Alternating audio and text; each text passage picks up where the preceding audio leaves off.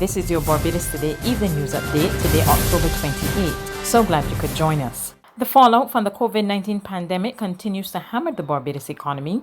Despite an uptick in economic activity for July to September, the economy posted a double-digit decline over the last quarter. Central Bank Governor Cleviston Haynes delivered the news this morning as he presented his quarterly review. Unfavorable health and economic conditions in source markets and the prevailing uncertainty associated with travel protocols led to only a mild restart of tourism activity.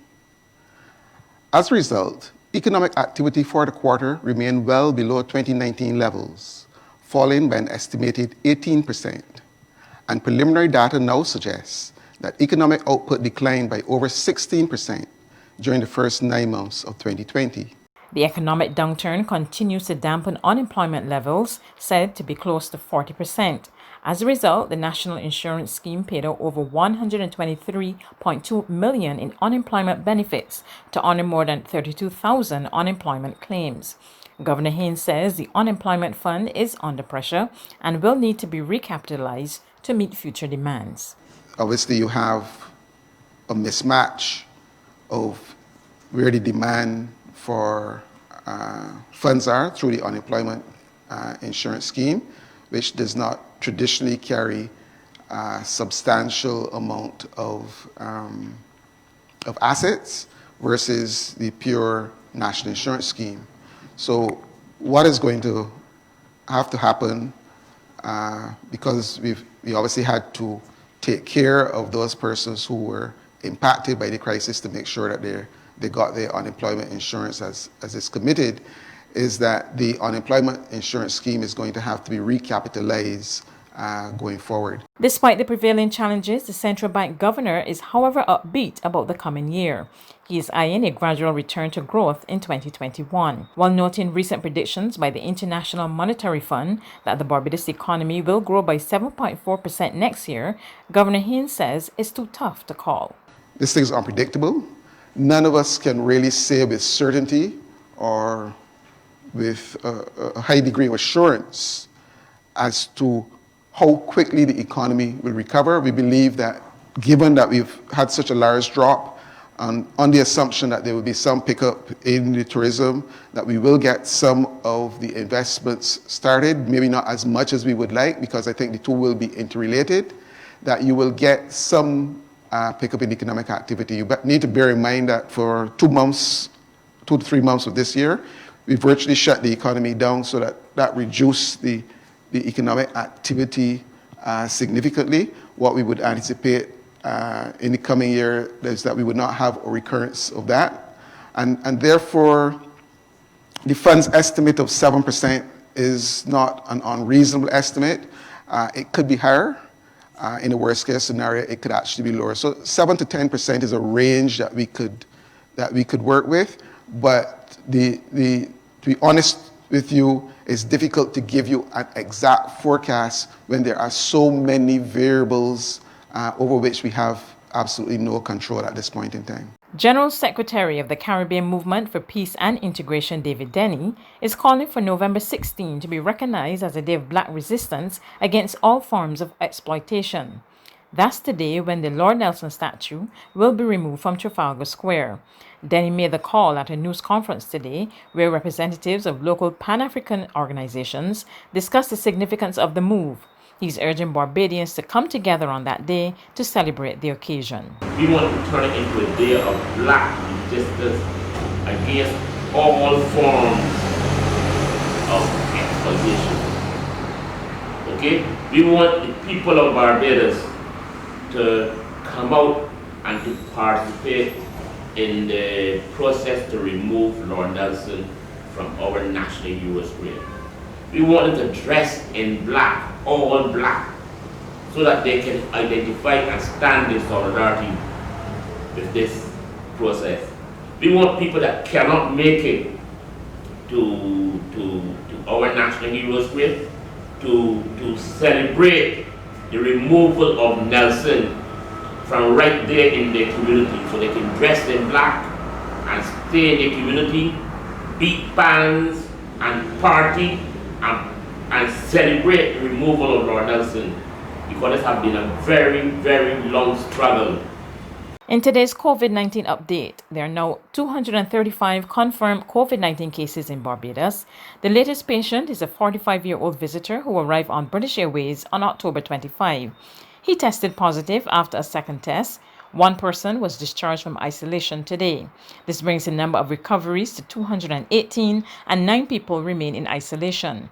More than 34,000 tests have been conducted by the laboratory. There's regional and international news after this short break.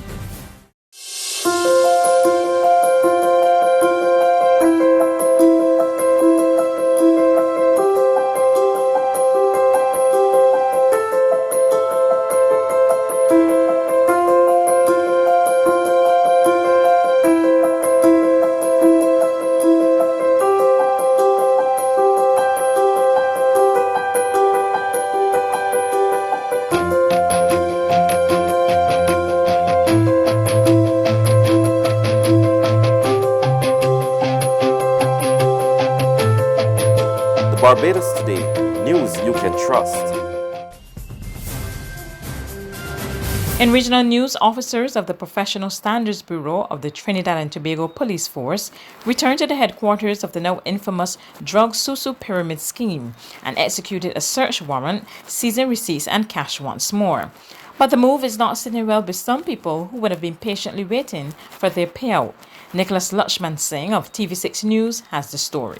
A little over a month ago, September 21st to be exact, police officers raided the location, what is now known as Drug Susu, at Phase 1 La Hoquita, taking several persons into custody and seizing some $22 million in cash, without authorization from the Police Commission. The money was returned to the DSS founder, Karen Clark, by police officers from the La Hoquita station. This has since sparked several investigations, resulting in 4 senior police officers being suspended and other junior officers transferred. Today being the second raid, one investor in the so-called Drug Susu, speaking on behalf of those like him, said in exasperation that they have simply had enough, as they believe that drugs Susu is by the poor and for the poor. Well, it's a poor people development, right? Black people thing. That they're trying to encourage black people to have something in the future, right? And everybody supporting this business right around Trinidad and Tobago. And I don't see no reason why that they should stop this business. Walters, who hails from Toko, says being a simple farmer trying to make ends meet led him to invest his money against the backdrop of the current difficult economic scenario, and what he said was the ease of doing business at the DSS, which he found to be very attractive. We put in money in the bank. We're begging for loans. We can't get it. We can't do no business with the banks. The banks need a whole heap of things that you mightn't have. You never reach the requirements to get a loan. Everything I do in the bank to get a loan, I can't get it. And here, you put in 5,000, you get 30,000 in 28 days. Right? It's one of the best investments that black person could do right now in Trinidad.